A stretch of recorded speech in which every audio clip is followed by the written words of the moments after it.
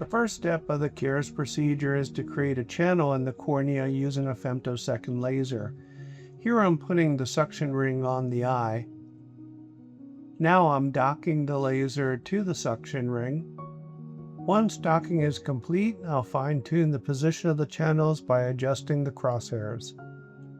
The femtosecond laser then creates a 360-degree channel at about 280 microns depth in the cornea, as well as a vertical entry incision in order to place the cornea tissue.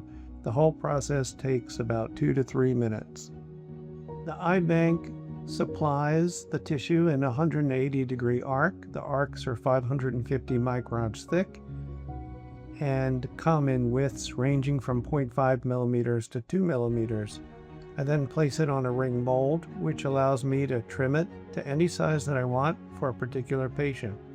In this way, it's infinitely customizable based on the patient's preoperative topography and refractive state.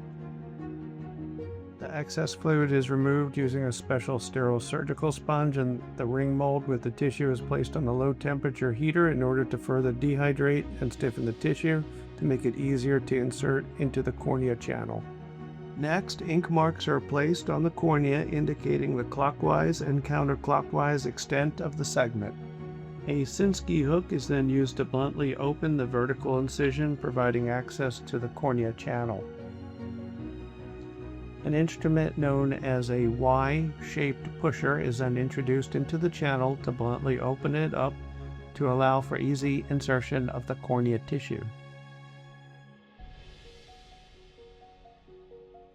A Sinskey hook is used to lift the edge of the incision, allowing for placement of the dehydrated corneal ring segment into the channel.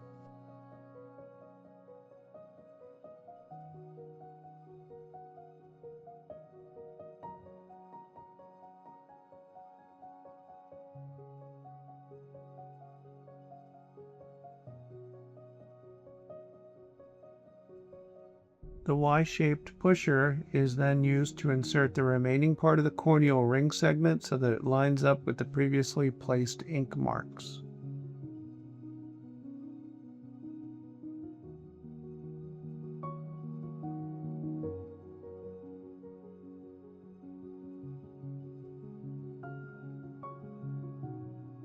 The same instrument is used to smooth out the ring segment, as sometimes it gets bunched up in the channel.